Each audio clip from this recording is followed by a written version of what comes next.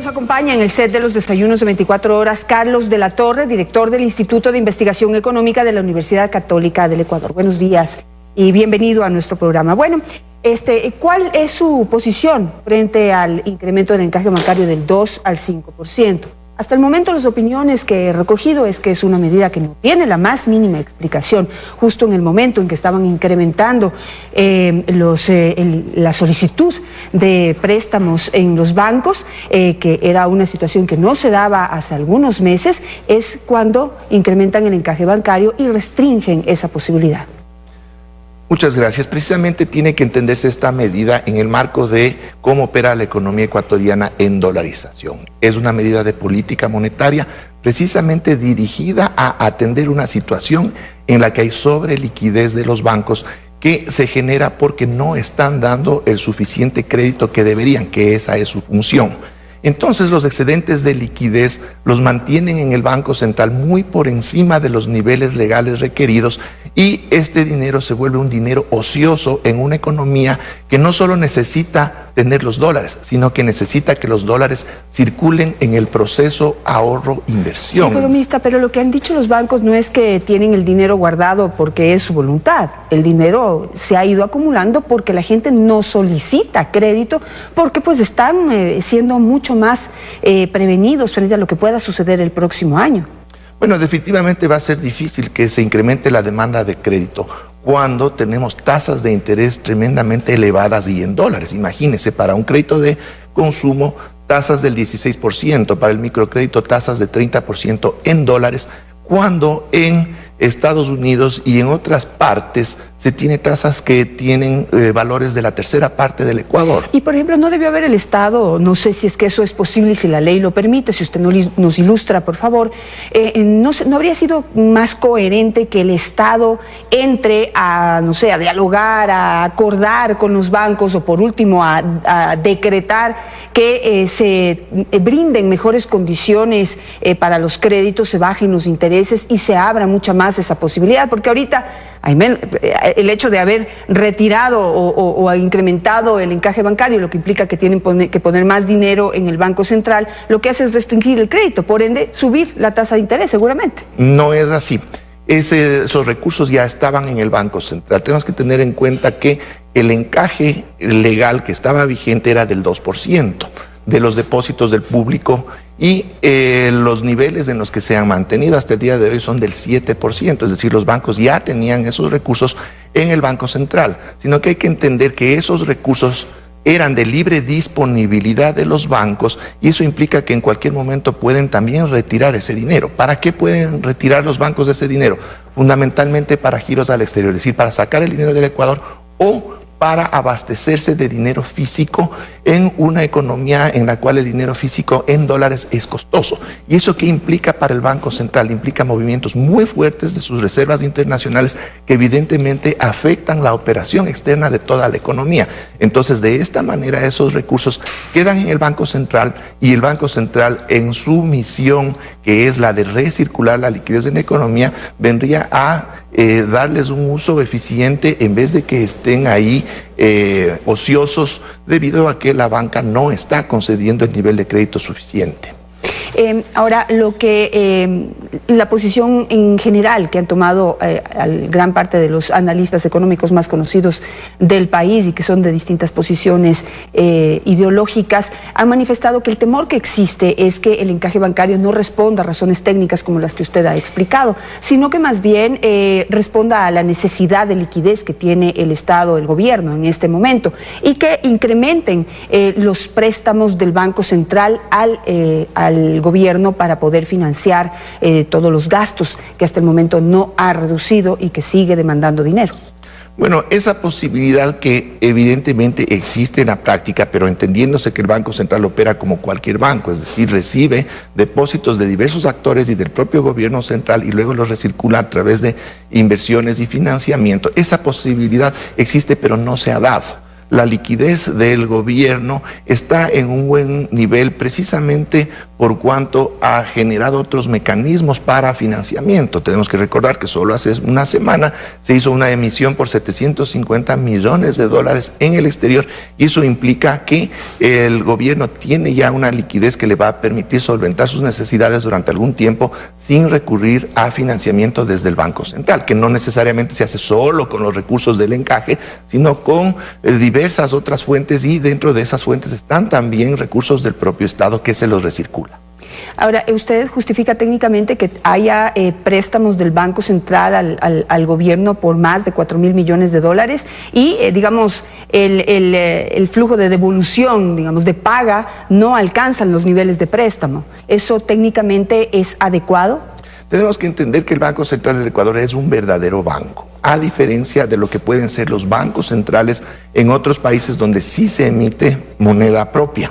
Entonces tenemos que entender que la función del Banco Central en una economía dolarizada, y no solo en el caso del Ecuador, tenemos el caso de Panamá, en donde hay un banco que es un banco estatal, que es un banco de desarrollo, el Banco Nacional de Panamá, que opera no solo como un banco, sino como un banco de desarrollo, y realiza este tipo de actividades precisamente con el propio gobierno. Entonces, ¿por qué no puede hacerse en el Ecuador cuando son mecanismos de utilización eficiente desde una perspectiva macroeconómica de recursos que de otra manera estarían ociosos? Entonces, si bien hay un financiamiento al gobierno, no hay problemas en ese repago, como sí se han dado en otras ocasiones, precisamente con el mismo Banco Central del Ecuador, como cuando se suscitó la crisis bancaria en el año 99.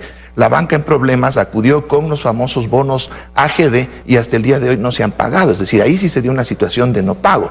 Pero la relación del Banco Central con el gobierno en términos del financiamiento es una relación normal, en términos adecuados, y se puede sostener en el tiempo.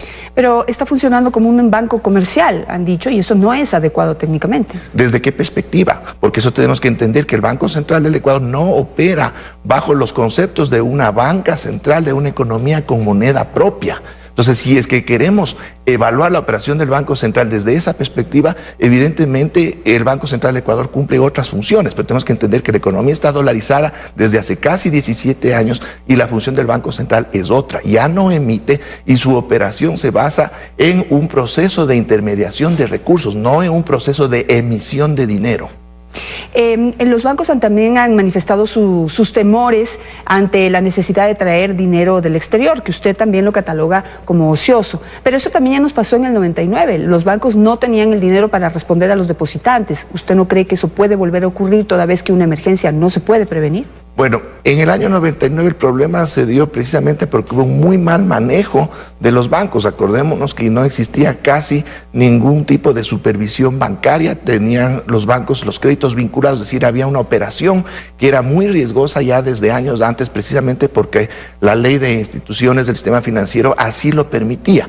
En la situación actual, la banca ecuatoriana está muy sólida, está operando en condiciones normales, la economía ya presenta signos de recuperación, entonces no hay un espacio para que esos riesgos sean mayores, y se tiene entonces que aprovechar esos recursos que no están circulando en la economía y precisamente no están ayudando a esa recuperación económica. ¿Cómo se puede hablar de recuperación de la economía toda vez que se está financiando con deuda a cara? El mismo presidente de la República ha reconocido que ha adquirido deuda cara por la situación económica en la que se encuentra el país. Entonces, ¿cómo se puede hablar de una economía, digamos, saludable si estamos endeudados hasta el cuello y a altísimo costo? Bueno, ese nivel de endeudamiento hasta el cuello tendría que analizarse en términos relativos, no en términos absolutos.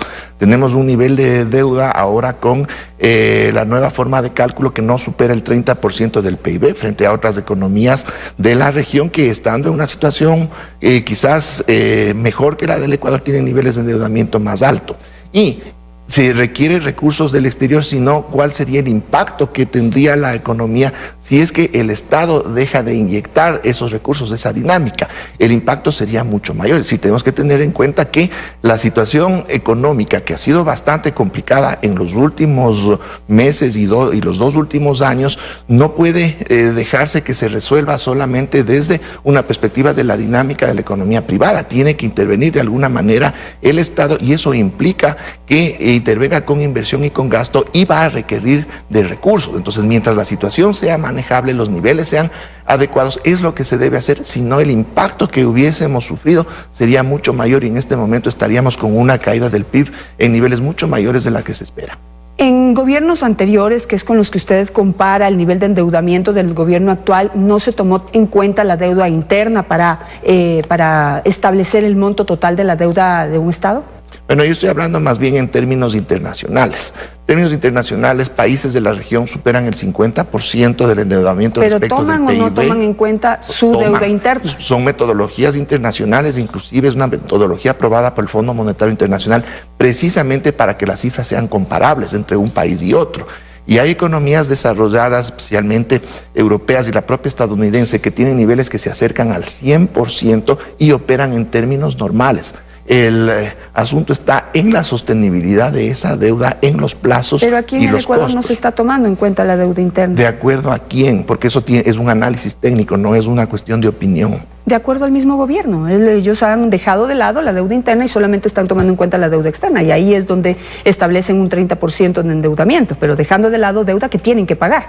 No es que porque es interna no tienen que pagar. ¿O usted bueno, pero el mecanismo de cálculo del Fondo Monetario Internacional también distingue lo que es la deuda interna. Si es que es entre instancias del propio gobierno, tiene otro tratamiento, porque no es un endeudamiento frente a terceros, sino frente a actores locales. Y aún así esa deuda tampoco está en niveles que sobrepasen los promedios internacionales. Es decir, no es que estamos en una situación crítica en términos de endeudamiento. Evidentemente ha crecido ese endeudamiento en los últimos años por la situación de la economía ecuatoriana, pero establecer adjetivaciones que nos llevan a pensar que es una situación dramática no es así.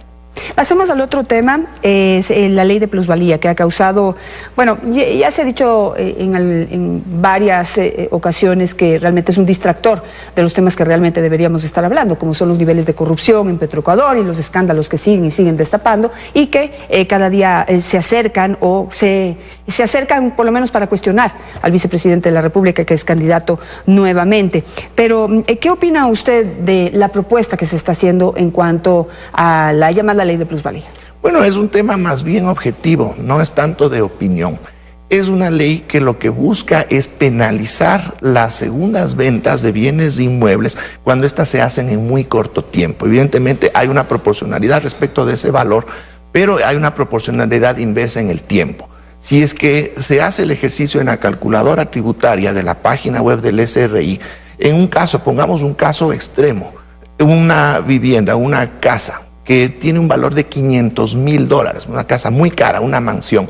Si es que esta es vendida al doble, a $1,000,000 en 10 años, no va a pagar el impuesto a la plusvalía. ¿Qué significa que se venda al doble? Eso significa $500,000 de ganancia en 10 años, $50,000 al año, lo que implicaría que quien vende esa casa estaría ganando algo más de $4,000 mensuales sin hacer absolutamente nada y no estaría pagando impuestos. Hay incluso un producto de la lotería que le paga un sueldo parecido durante 12 meses y ese sí paga impuestos. Y aquí una persona estaría ganándose esos casi $4,000 mensuales sin pagar un centavo de impuesto. Pero si vende esa casa en un plazo muy corto, evidentemente va a pagar un impuesto muy alto. Pero, ¿cómo analizar las situaciones particulares de cada persona? ¿Por qué catalogar y por qué ya poner en un solo saco a una persona que tal vez por alguna necesidad tiene que vender esa casa en un corto tiempo y no necesariamente es un especulador? Bueno, precisamente si no se da esa situación, entonces el precio de la segunda o las siguientes ventas no superará los niveles que impliquen una ganancia adecuada, que inclusive está determinada en la fórmula con una tasa de interés elevadísima, que es la tasa de interés sobre la base de las tasas que se cobran en este país, que son tremendamente caras. Entonces hay que tener en cuenta que el efecto del impuesto se da precisamente cuando las diferencias de los precios son tremendamente elevadas, no cuando se da en términos normales de mercado. Pero ese precio no lo puede poner ni el especulador, ese precio lo pone el mercado.